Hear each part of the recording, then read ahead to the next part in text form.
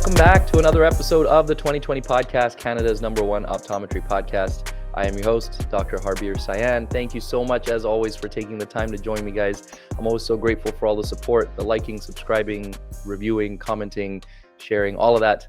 And as always, even though you've been doing it, I want to ask again, please do continue to share, send a link to a friend, put it on LinkedIn, put a screenshot on Instagram, whatever you do. To please help to continue to share these conversations, because I hope and I believe that they are helping our profession to move forward. And today's guest is definitely one of those guests who's going to help us all to be better. It's my man, my friend, Dr. Ryan Corte. Ryan, if you don't know, is an optometrist based in North Carolina. He is a partner in multiple sub-lease, LensCrafter sub-lease locations. He is a speaker and consultant, and he has just recently launched his new podcast called Ryan Reflects. This guy is amazing.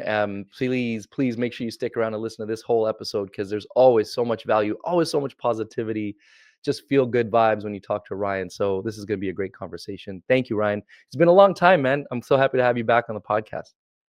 Harbir, thank you for having me on. Yeah, I think the last time we actually had podcast connection was COVID, right? It Wasn't was, that the dude. last It time? was. I Life's think so. The changed, last time you evolved. were on the 2020 podcast, I believe it was COVID. We maybe did a couple during COVID, but that's Yeah. crazy because now COVID is coming up on its 5th anniversary, which is crazy. Wild. Anniversary, is anniversary the right word? Like, what's the opposite of a celebration? Oh man. We can What's the reflect back on opposite of "I'm 5 happy years this happened"? post COVID. Yeah. Yeah, 5 years, man, that's crazy. Oh, well, look, you know what? Actually, we were just talking offline, and I'm just gonna say it now online, but, like, we did, like, a little happy hour thing. Me and you had a glass of, I think you had, oh, don't tell me, Devil's Envy or something like that. Is that right? Is that the right word? Angel's Envy. Yeah, I'm Angel's a Envy. bourbon guy, so why not, That Devil's Yeah. Envy probably tastes pretty good too. Yeah, they could Angel's Envy rebrand. bourbon, and, I think I was sipping on Dalmore. I'm a more of a Scotch guy.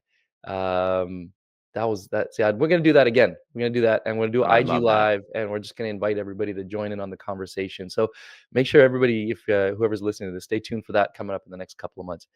Ryan, okay, let's do this. Tell us a little bit about your life right now, and then we'll jump into some more questions that we have. Yeah, so as somebody who also has partnership with Lens Crafters, life is busy. We have a 4 location practice. I have a business partner, and so we essentially cover 28 doctor days a week. And so, navigating and managing the doctor side of the team, the practice side of the team, with all the support staff and just the different layers in between keeps us busy. We just got through kind of the end of the year rush, and now we're starting Mhm, 2025 off with refreshed energy and a mindset of goals, aspirations, dreams, those kind of things. And then, mhm, of course, it's freezing right now. So we're trying to just get through a chilly winter. And you know mm. how that is being up in Canada. I think the definition of freezing to you is probably a little bit different to me, but I did grow up in Michigan. And so, born and raised in the Midwest, I do know what the cold feels like to be Yeah. a negative regular number, let alone wind chill. But it's chilly here in Asheville, and just post hurricane, so we're getting Oh, things back on our feet. I really do feel for all that's transpiring and has transpired over in Southern California, and I'm here to be a resource for anybody who's trying to navigate life post just a natural disaster, because it was yeah. wild. Yeah, that's a lot there to unpack, man. That you guys definitely had to go through a lot after the hurricane, which was what, like 3 4 months back. It's been a little bit of Yeah, time. it was right before the end of September. Yeah, that's so tough, and definitely feel for everybody out in Southern California there and dealing with the wildfires. So I haven't personally had hands-on experience or first hand experience with a natural disaster, thankfully. But we had somebody very, very close to us, actually, my wife's younger brother, when he was in the Caribbean for school. Their little island got decimated. It was a Oh proper man. Category 5 hurricane, just rolled through and completely leveled the whole island, and they were there for like a week stuck without energy, without food, water, all that kind of stuff. It's crazy what they had to deal with there. So it was very scary to hear his experiences. And thankfully, most people don't have to go through that. But even what you went through, I imagine was very scary. And I think a lot of people think about like the actual event of the hurricane or whatever being the scary part, but it's afterwards. when you have to kind of put your life back together and a lot of your life has been potentially destroyed or lost, that's actually I think the really hard part. I mean, correct me if I'm wrong. No, I mean, I wasn't even in Asheville when the hurricane hit. I was actually out doing a speaking engagement. So you can imagine how terrifying it is Yeah. knowing that your wife and kids, and my mother-in-law was actually staying with my wife during that time period just to, spend some time together.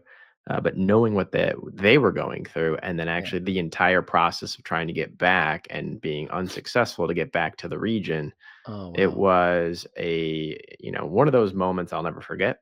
And then, of course, Mm, post hurricane, the entire area was decimated. We had no power. yeah. We didn't have any potable water, right? We had to boil our water for a long time. And now things have restructured. There's been a lot of support from all over the country and even Mm, world, which was wonderful. But there's a lot of people that lost everything. We were fortunate, our house wasn't damaged. wow. One out of two practices opened up relatively quickly, about 11 days after the other one was upwards of a month.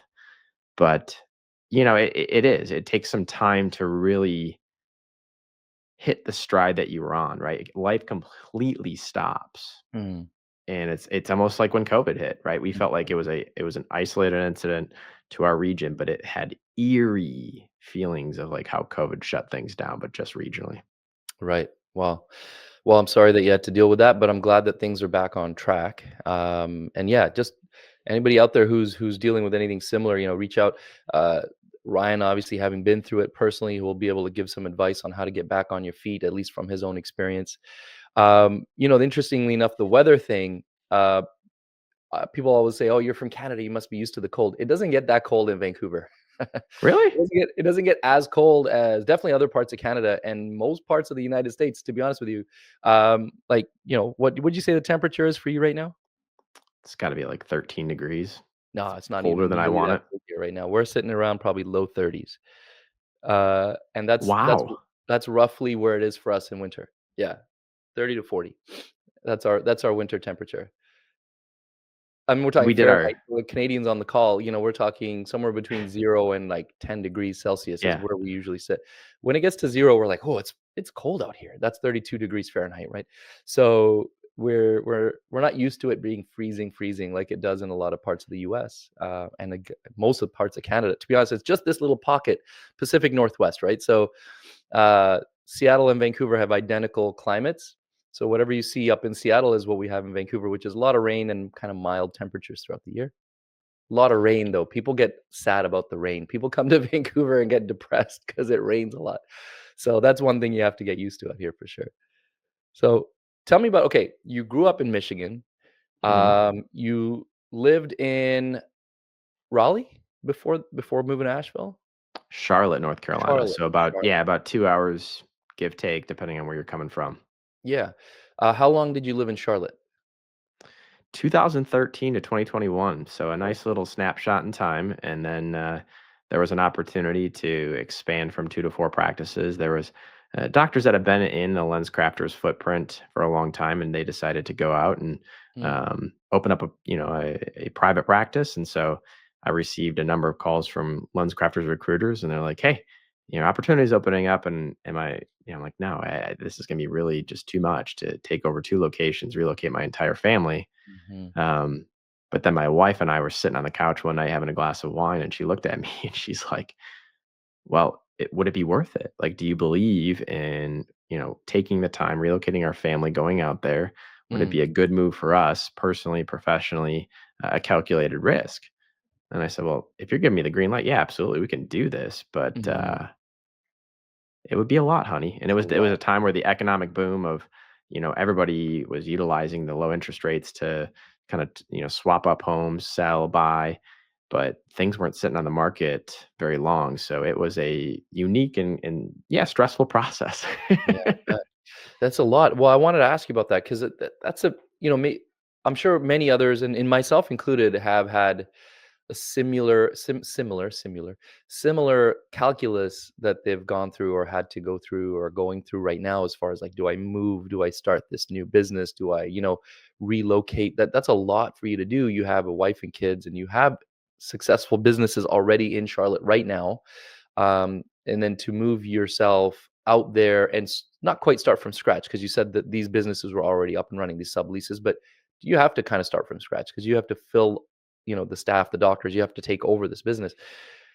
How, like, what were your, if you don't mind, like, what were you weighing out and how did you, what tipped the scales to say, okay, it's worth me moving everything out a couple hours to a new town where I've never been, and, starting over in a sense? It was a lot of thought and prayer, talking to my wife and really reflecting on what is life like in Charlotte. We had my son wasn't even, when we were having this conversation, he wasn't even 1 years old yet. Okay. My daughter was 3, and we loved where we were at people-wise, but it was exciting to grow the business with an opportunity that had present itself to serve a new community. And so it really came a lot of what happens in my life comes into a mutually exclusive bind with my wife, right? My wife has to be on board. Otherwise, it goes faith, it goes family, and it goes everything else, man. And the reality is once she looked at me and she's like, well, is it worth it? Because if it is, and you believe in it, I'm going to support you. Because originally one of the conversations we had was, what if I drove back and forth, Oof. until we were able to get things going? Yeah. And that would have been over a year and a half time frame of driving back and forth, if not longer, until we were able to get sufficient resources, doctor coverage, everything in place. And there have been plenty of Mhm. nights I stayed out there. Mm. And so she said, well, honey, where you go, we go. And I'm like, I got you on that. All right. So we're either relocating or we're going to turn down the opportunity. And so, I talked to my business partner. We had come up with a 2-year plan to get things up and running. And if, um, assuming things were at where it needed to be, then I, most likely would relocate back to Charlotte because we did have a community there. We have family there. Right. My sister's there, my sister-in-law's there, my wife's mom lives there. So my mother-in-law and my father-in-law frequents between California and the Charlotte region. Gotcha. But then we kind of fell in love with the mountains. Oh, yeah. We spent time out there. We saw the beauty of, the access to great resources, hiking, and all the beauty that really lies in Western North Carolina.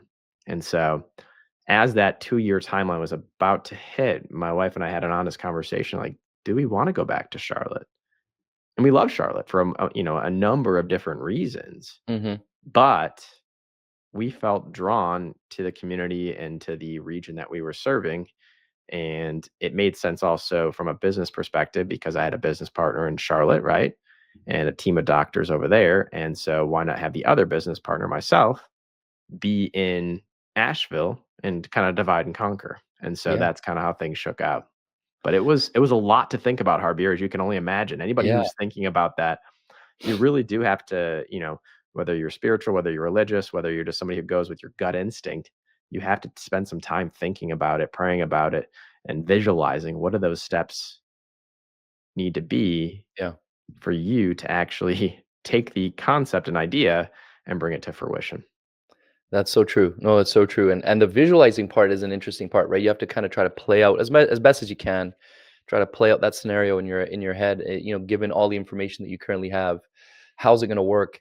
What would it look like? Ultimately, like, the question your wife asked you, I think, is the key question. Like, is it worth it? Do you think it will be worth it?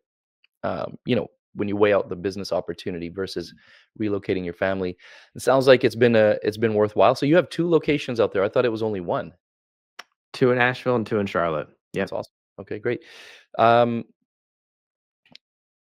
let's talk about business partnership a little bit. I know this is a question I get asked often because I have a business partner myself. I get calls from ODs across the country, kind of like, okay, we're starting a business, or I'm looking to open a practice. Should I have a business partner? Um, what do you think pros and cons as far as like going alone or going with a business partner? And then perhaps we'll talk about, if you do go with a business partner, what types of important things you want to keep in mind. Yeah. So, to even give you kind of to rewind, early on in my career, I was at 2 different private offices, and then I decided to kind of hedge my bet and stick with one private office and look into buying in. So there was already 2 partners. I'd be the third partner. Great practice, very successful, very well designed and put together. And then I got a call from my business partner's husband about this opportunity, saying, "Hey, would you want to go into partnership with me?" Well, he was really referencing her. Um, and I said, "Well, tell me more about it. I don't really know what that would look like." And so, for me early on, going into a business partnership was taking my inexperience and leveraging my strengths with my business partner's weaknesses and vice versa, strengths and weaknesses. And so I think that you can truly have a successful business partnership when you are open and honest, when you communicate, when you have good systems in place, and then Mhm. trusting the other individual to hold their end of the deal in the bargain. So, whether you divide and conquer, human resources is one side and somebody's doing insurance, another person's doing finances, another person's doing marketing. Um, I kind of look at it as their primary strength would be X, Y, and Z. Your primary strength would be X, Y, and Z, and you kind of support each other whenever Mm. necessary when it's requested, but Yeah. also some checks and balances in place. So, Yeah. another thing that I would recommend to anybody who goes into a business partnership is having an operating agreement kind of dialed up and working with legal counsel to make sure that there's a kind of a buy sell component, if this then that component. And those Mhm. aren't the things that you really want to think about when you're Mhm. kind of bright eye and bushy tail and getting excited to partner with somebody. But it's just like being in a marriage, right? Mhm. You're going to have trials, tribulations, you're going to have challenges, times where you may not see eye to eye. And uh, it's always best to have these things spelled out in an agreement, especially if you're putting your professional livelihood together with that individual. And so, we do have one. I think that it's something that's important. Yeah. Um, but if That I might be the could most go back, yeah, well, we didn't have one to start, right? It took several years and yeah. conversations, and eventually we put one together. And um, so if I had advice to anybody, whether they're kind of weighing the pros and cons of a business partnership, there's definitely a ton of Mhm. pros. There's definitely a ton of cons. It all depends on how you look at it. And Mhm. I don't recommend just jumping in with somebody without knowing them beforehand. Yeah. It's one thing Yeah. like, hey, we knew each other a little bit in school, or you want to practice in, let's just say Vancouver. I want to practice in Vancouver. Let's partner up. Maybe a little bit of speed dating, maybe a little bit of personality assessments, maybe spend some time together on other projects first, see how you work together. Mhm. And, Mhm. obviously take their track record as a human being and interview people that have worked with them and, identify how you guys can work together from an area of strength, but also areas of weaknesses where you know that you need to better support that individual and they need to support your weaknesses because nobody's perfect. So that's kind of how I view it. How about you? You have a business partner as well. It's my understanding, right? How does that No, this is dynamic my work? podcast. I ask the questions. I'm just kidding. That's totally We ask the questions. No, that thing. No, I appreciate that. I would echo most of what you said, and obviously everybody's experiences will be different.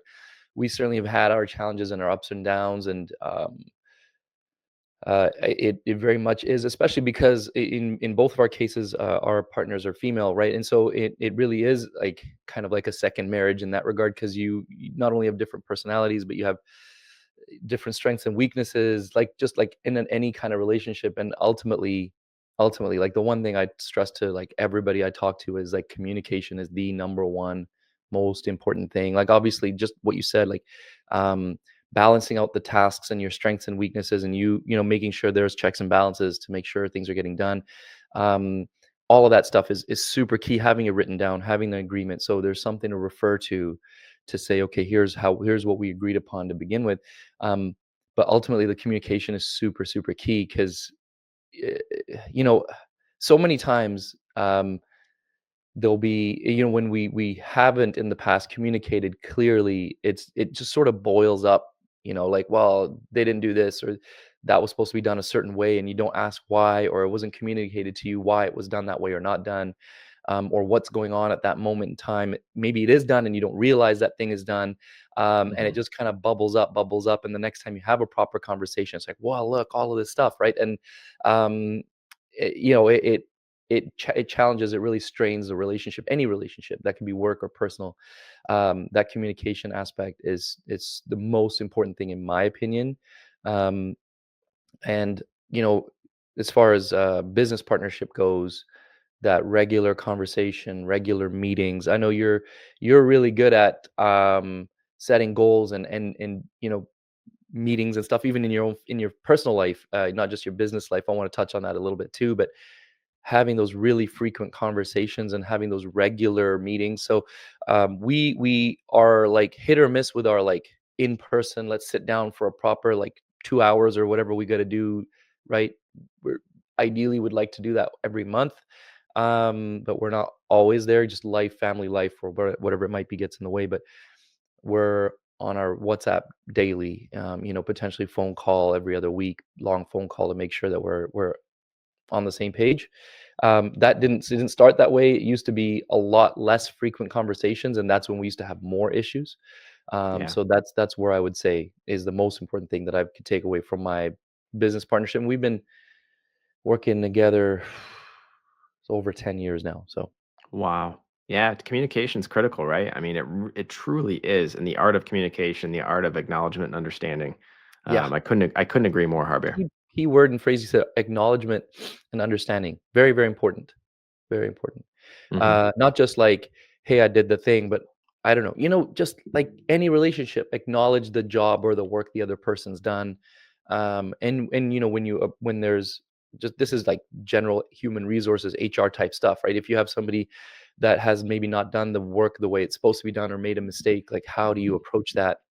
There's something that I read a little while ago about um, this could be maybe you're talking to a staff member, team member at work who made a mistake. It's not, hey, you did that wrong. It's like this thing was not done correctly. Let's talk about what happened there, right? Separate the task or the what happened from the person who did it. So it's not so much like blaming or finger pointing, right? It's more like what happened here. Let's talk about what it was. Was it just an honest mistake, or is that a character flaw, or what is the issue there? We can get to the bottom of it by discussing it, acknowledging what happened there versus just like you you did that wrong. And that's a big thing that we had to kind of work through over time as well.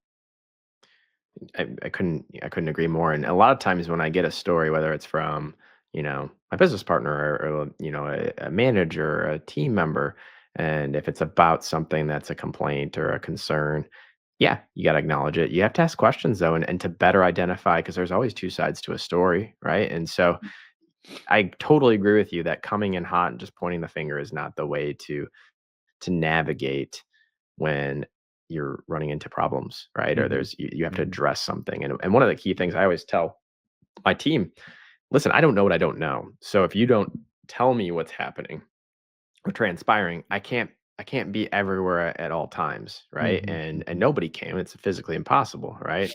And so that is a huge component to the practice ecosystem at large. Is Yeah. just we don't know. You have to communicate to us so that we can further have a conversation, acknowledge what's going on, ask questions, clarify any points that are maybe unclear, and then really position and move forward. So, um, So talk to me about goal setting. yeah. Personal life, professional life. How do you set goals, like time frame and that type of thing? Because I'm personally not very good at that. So I'm doing this selfishly to learn from you a little bit, but also I think it's valuable for whoever's listening. Yeah, a couple things. So I actually just launched a podcast on goal setting and habit formation, and the truth is they go hand in hand. So you want to make sure you're identifying good habits that can support your goals, and your goals have to be something that align with your habits. So for me personally, on a personal level, I try to set quarterly goals. Mhm. And so I actually, I'm kind of a nerd about it. I have a Google document, and I put my personal goals on there, and then I Great.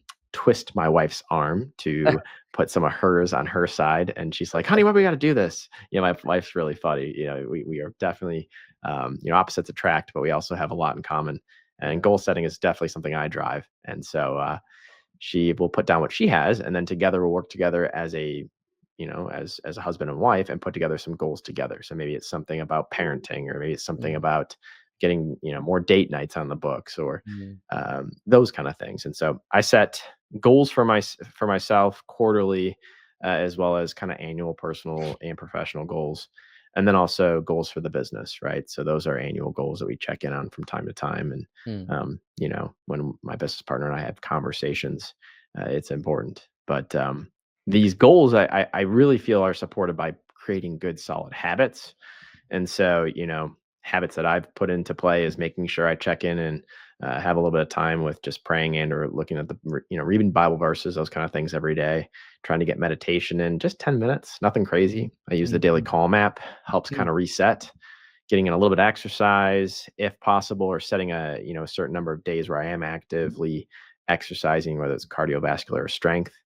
And I actually started tracking, like, clean eating days because I Oh, found that good. if I didn't track it, it's too easy to be like, "Oh, yeah, I'll have a hamburger and french fries tonight, Yeah. because I've been pretty good for today and yesterday." But all of a sudden, you start going back and you're like, Totally. "Oh, man, I went to that, conference and I ate, like, terribly and, Yeah. had too many, adult beverages." And so, those kinda things I like to coincide with my goals. So if I see that I'm maybe not in the shape I wanna be, or I'm not in the good the mental health that I feel like I need to be, or mental clarity, or I don't see success taking place in the goals that my wife and I are putting together, it's probably because I'm breaking down on my habits.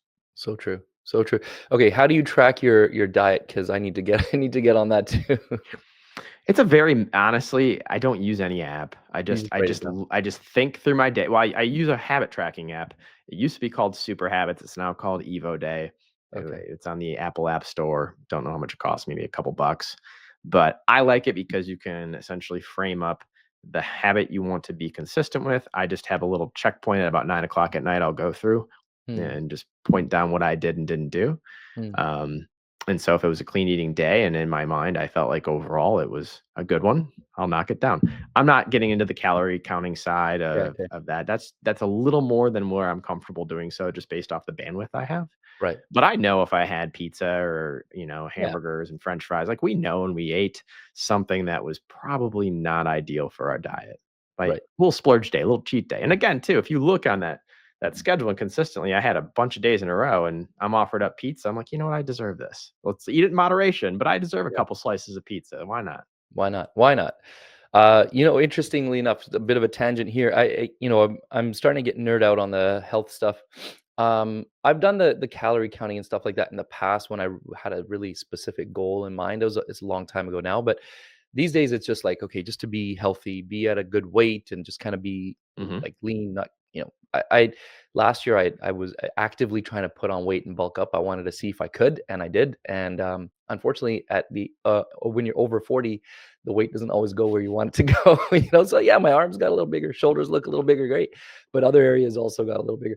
So this year I'm like, you know what, let's just focus on being clean and lean and like comfortable weight, because I don't want to be lugging around an extra 20 pounds for no reason. And it takes a long time for me to actually gain or lose weight. I don't yo-yo actually at all. So I'm just slowly chipping away, just slowly chipping away. But more importantly to me, I just want to know that I'm like healthy. Hmm. And so I'm starting to track more metrics. Now again, bandwidth, right? So I don't have the time to go weigh out my food and all this kind of stuff. I just want to eat relatively healthy, but I also want to be able to track like how is this affecting my body. So I started wearing this. This is not a promotion, but I started wearing this. It's called Whoop, WHOOP. There's I've heard of those. an Yeah. Aura Ring is like a similar thing where it tracks like various metrics. Apple Watches do something similar, and Fitbits kind of do something similar too. But anyways, I thought I'd try this out. So that's one thing, and I realized, it's really interesting how much eating a certain way or having just a couple of beers the night before, like not much, just had a beer with dinner, and how much that might affect my sleep and how I recover and how my heart rate is, or this metric they call heart rate variability, where you're like, you know, it's got a talks about like the idea is how flexible your cardiovascular system is. If you have low heart rate variability, it means your cardiovascular system is not very flexible and ready to react to stress and that type of thing. So, um, or maybe you're under too much chronic stress and you're always in sympathetic mode versus parasympathetic mode, things like that. But the other thing I did recently, just this week actually, is I started wearing a continuous glucose monitor. I got to give a shout out to Dr. Mila Yusufova. She's always wearing one, so I was like, hey, what's that about? And it's really been interesting just over the last few days to see how certain foods will spike my glucose and others won't. And so I'm like, I want to try to keep that consistent, because from a long-term health perspective, if my glucose is sort of like under control and not high, and my foods are just sort of naturally just going up and down a little bit, I think long term that's going to be a lot better for my body versus like giant spike and then back down, or something. That what I realized that there's foods that'll elevate my glucose for like a long period of time. And so I'm just monitoring that, and that's really easy because it's just on the app on the phone. I don't have to do anything other than open the app and just see how my blood sugar was Just today. yeah, check in and take in the metrics and think Yeah, about why. Yeah. yeah. And so, for example, I don't eat bagels very often. Yesterday I had a bagel, and that shot up my blood sugar more than anything else. I mean, more than pizza, more than chips, more than everything else. I was really surprised to see that. So I wouldn't have known, and Yeah, unless you. carbohydrates and yeah, it is wild to see certain foods and how they can make things fluctuate. And we I mean we talk about with our diabetic patients too, right? Like Yeah. duration of how long you have diabetes and how well you control it. You don't want to see the big waves up and down of your blood sugar spikes, but even if you're not diabetic, and if we're trying to take the data that we, the tools and the data that we can collect Yeah. to live a healthier lifestyle, but also live a longer That's it. life, why not? Like Yeah. why not be intentional with it, especially if we can? Exactly. So the term that I love is health span versus lifespan, right? So you don't want to be 90 and unable to function. Ideally, you'd be 90 and like up on your feet and moving around and actually living your life in a Hmm. healthful way. But going back to like business and business goals and business metrics, we have ways to check our body metrics and kind of and make good decisions based on those. I Hmm. know not everybody wants to wear a continuous glucose monitor, but I actually really find it really intriguing to be able to see what my blood sugar is doing. And I'm of the mind that our blood sugar and diabetes, for example, are two of the most, or our blood sugar and foods that spike our blood sugar are actually maybe the most important and most impactful on our health more than blood pressure and some of the other cholesterols and things like that. I think blood sugar is actually maybe one of the most, if not the most important metric for long-term health. So that's just my mindset. So I figured I might as well start measuring it. And so far it's been interesting. Dude, I love it. I love it. Why not? You know? So that was definitely a tangent. I wanted to talk a little bit more about work-wise, some advice that we can give to younger ODs, right? We already touched on like business partnership. So a lot of younger ODs will be reaching out, like I'm thinking about starting my own business. Should I have a partner? What other advice, like a couple of key things that come to mind? You have, many ODs that work with you and your subleases. Like, what have you seen with people who have graduated maybe in the last 5 years or so that you feel like you've had to repeat certain advice to them? Yeah. I don't think there's a one size fits all solution, Harbir, for happiness and optometry. And Mm, so where am I going with that? I've worked in a number of different settings, whether it was extern rotations during residency, at academic institutions. So I had the opportunity to teach. I've worked alongside ophthalmology. I've worked alongside students in clinic. Um, and I truly do believe that we should be in the mindset of learning what we like and what we don't like, especially early on in our career. And that may not just be during fourth year. That may be during the first 1 to 3 to 5 years in your career, where even if you have a primary 9 to 5 job, why not pick up a day or two here or there mm, in other modes of practice and mhm, and see like what fits my goals, aspirations, and dreams. Like how do I feel about how I'm providing patient care in setting X versus setting Y? And one thing I've identified is patient care is patient care. As long as you have the time and this or the resources and the support to mhm, do so, I can do so in a lens crafter sublease setting where I'm running my own private practice adjacent to a corporation. I can do so in a community health clinic as long as I have the tools and support to do so. I've done so in a private practice. I've done so working with ophthalmologists, right? I've also done so where I'm like, I don't feel like I have the appropriate tools and resources, no matter the modality, that I want. And mhm. so I am a big believer of trying out different modalities within optometry and then also diving into different subspecialties. So optometry is so much more than which is better, one or two. You and I think are huge advocates of that, Yeah, Harbir. for sure. But optometry as we know it has even evolved immensely since we've graduated. And I love that all the data that we can now collect with some of the equipment and instrumentation, and we're going to be even seeing more advantages as artificial intelligence comes to support the data that we collect. But Mm, ultimately, we're the gatekeepers of primary eye health and vision care and the subspecialty care that we can own within optometry. So mhm, the advancements in specialty contact lenses, treatment management of ocular surface disease, you know, vision therapy, low vision. There's so many different things that we can truly own as eye care professionals. Of course, ocular disease, and to a point within your scope's practice laws, right? But there are so many things that you can really get into the weeds on and get excited about. And I feel that once you've kind of honed your craft of primary eye care and continue to hone that craft because it takes a long time to get really, really comfortable in what you're doing, pick one subspecialty that you want to dive into Mm, and go all in, yeah. learn all about it, especially now maybe you've dabbled in a little bit and further support that education and try to build into your practice protocol and the services that you provide. And it can be extremely gratifying, right, to do so. And so those are the two things that I think I would definitely point out right away for new grads. The other one is if you hit a point where you are discouraged, maybe you have a lot of student loan debt, maybe your first few jobs didn't pan out, maybe you didn't feel like you're at that point in your personal life, maybe with maybe you wanted to get married or have a home or whatever it may be, and you're just kind of stuck in a rut. Keep on going, keep pushing Mm, forward, and understand that we all hit trials and tribulations and challenges. But optometry is a beautiful profession. And so let me say that again, optometry is a beautiful profession.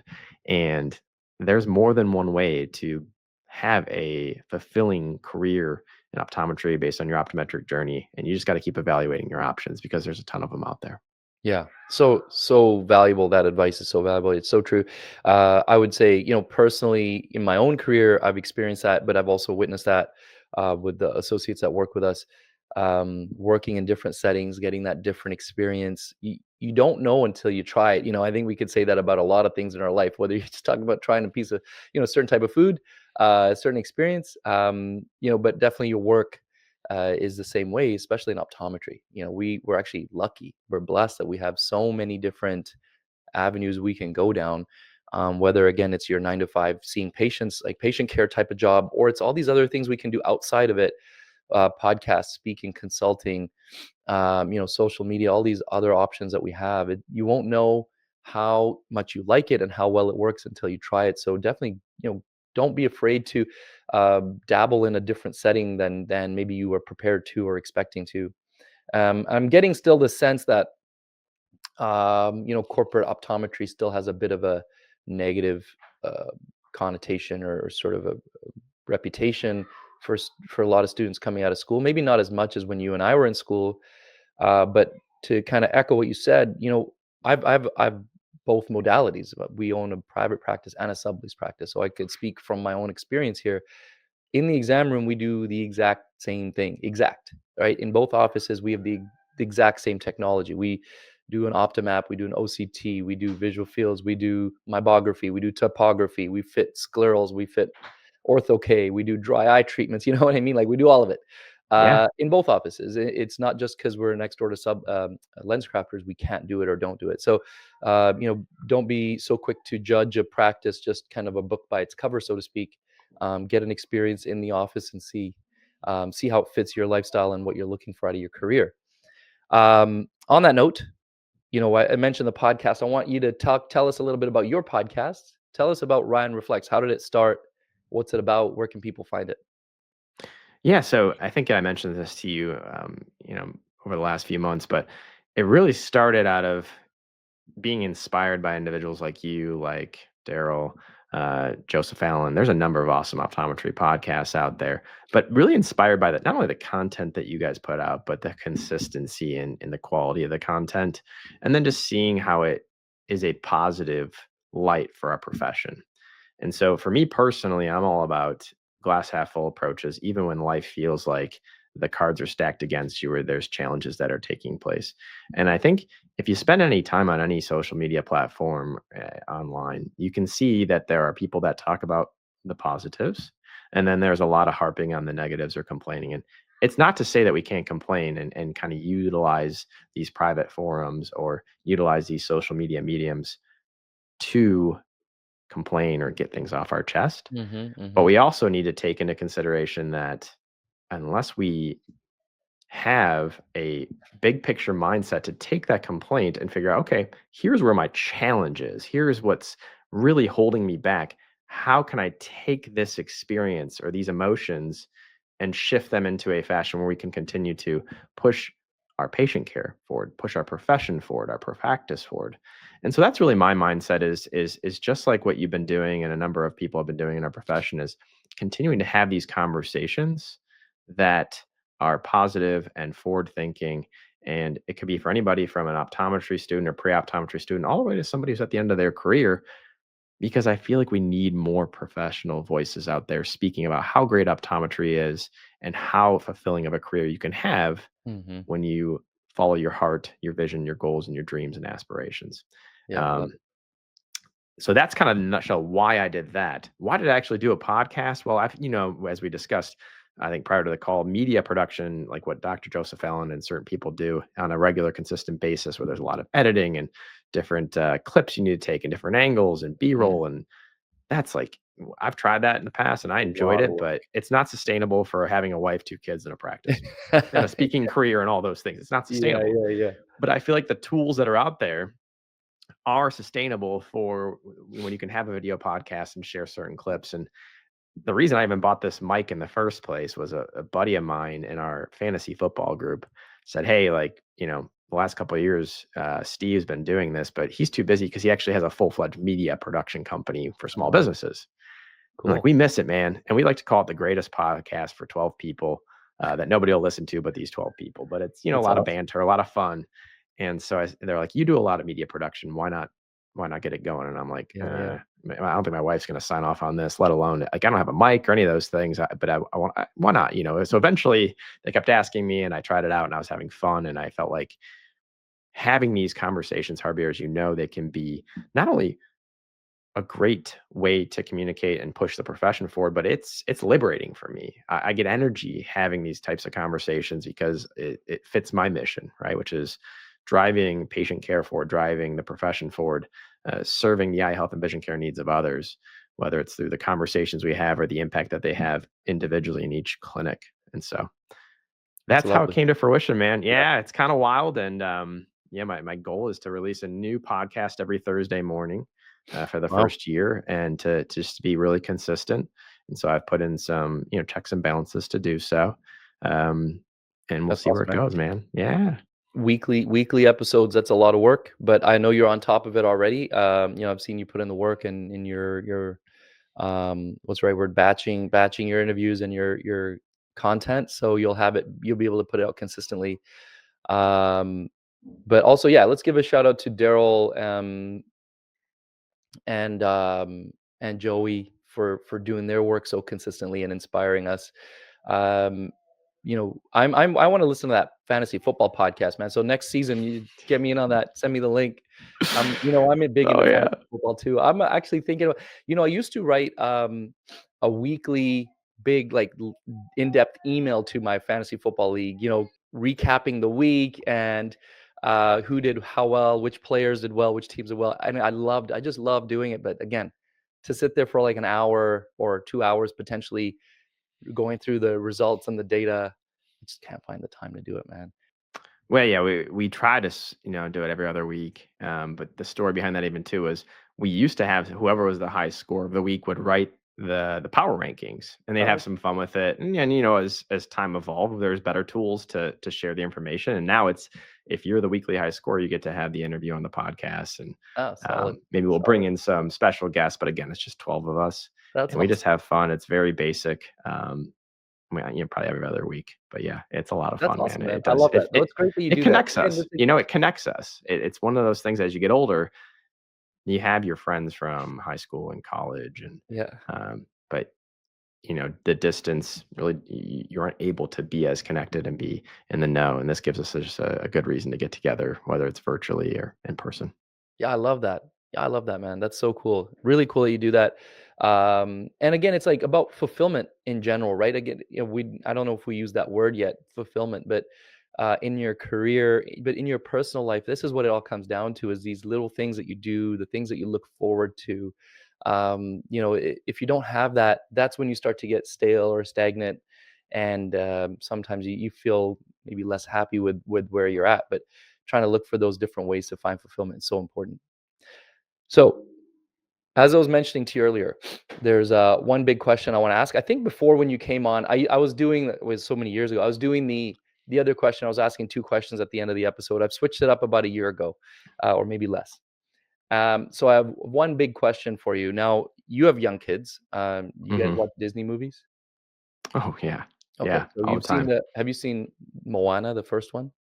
Oh yeah, Okay, second one just so came out, right? We got to get that one on. I just watched the second one. We just watched the second one recently. Enjoyed it. But the first one, in both movies, the main one of the main characters is Maui, right? The one that Mhm. Dwayne Johnson plays, and he's got that song called "You're Welcome." So he's sort of especially in the first one, very egotistical, and he's like, "Oh, you're welcome for all the amazing things that I've done for you and everybody else." But tongue in cheek, I think it's like a good way for this segment is a way for you to share something powerful, something insightful, something that's going to help change our lives. And we're going to say thank you, and you'll say you're welcome, like Maui did. You're welcome. So, Ryan, Dr. Ryan Court, what is one powerful, insightful, amazing thing that you can share with us? Yeah, I touched on it a little bit earlier, but my big picture vision for anybody listening is life is a journey, and optometry is if you're an optometrist or you're becoming an optometrist, or maybe you're in the middle of your career, or ending your career. That journey is one that comes with a lot of rewarding experiences, but it'll also have a lot of unique challenges that may be in your control, but many of them that will not be in your control. And so I personally believe that despite the circumstances, you need to get in the mindset to put one foot in front of the other every single day and keep on going. Whether life is good, bad, or ugly, you need to get in that mindset that life goes on. And by putting together various goals, dreams, aspirations, and habits that support all of that, doesn't matter if you have bumps along the road, keep on going. And that is half the battle of getting to the tip of the mountain that you were trying to climb. That's such powerful, like I think maybe it sounds like very, very simple advice, but actually really powerful, profound advice to like just keep taking that next step. Just take that next step. So, Dr. Ryan Court, thank you very much. You are welcome, Harbir. And anybody who's listening, you're welcome. Yes, You're welcome. yes, Yeah, simple advice, but one that we often overlook, right? I think it's so easy to overlook the fact that as yeah. time goes on, you have to keep pushing forward. Totally. And you just shared something on social media just yesterday or today. I don't know when I saw it, but that Martin Luther King quote, I think it is. I love that quote. If you can't fly, then run. If you can't run, then walk. If you can't walk, then crawl. But whatever you do, you got to keep moving forward, right? And eventually you'll go back from crawling to walking to running to flying. But if you don't keep moving forward, you'll never get there. So I think that was really powerful and perfectly in line with what you just shared right now. Yeah, I saw it on social media and I was like, wow, this hits home to like my DNA. Like I Yeah, truly do believe this. And Martin Luther King, like an incredible leader and yeah, individual, and just the way he changed our world. So yeah. a lot of props goes out to him, Well, and just nice the to see holiday. that And you're sharing consistent messages across all platforms, right? This is you shared it here on the podcast, but you also just happen to be sharing the exact same message on Instagram. So, not that I would expect anything different from you, man. All right, before we wrap up, any last words or anything else you want to share? Also, where can people find you? Where can they find your podcast? no, just I want to thank you for having me on, Harbir. You've been just a very positive influence on the profession. Depending on where anybody's at in their journey, your podcast has been incredible.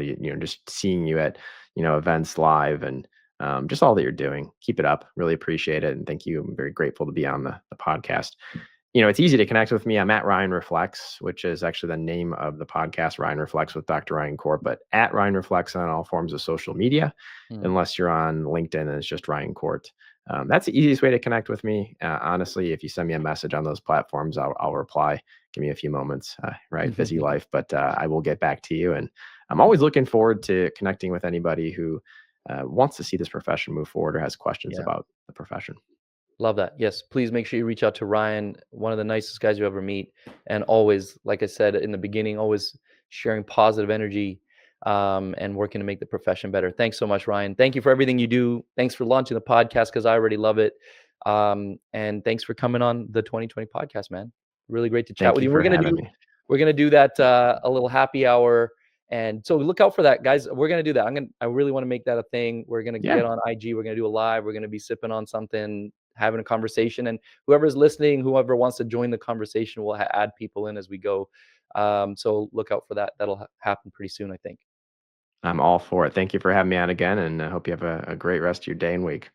Thanks, man. Thank you. And thank you to everybody who's listening or watching to the 2020 podcast, Canada's #1 optometry podcast. We'll see you guys in the next episode.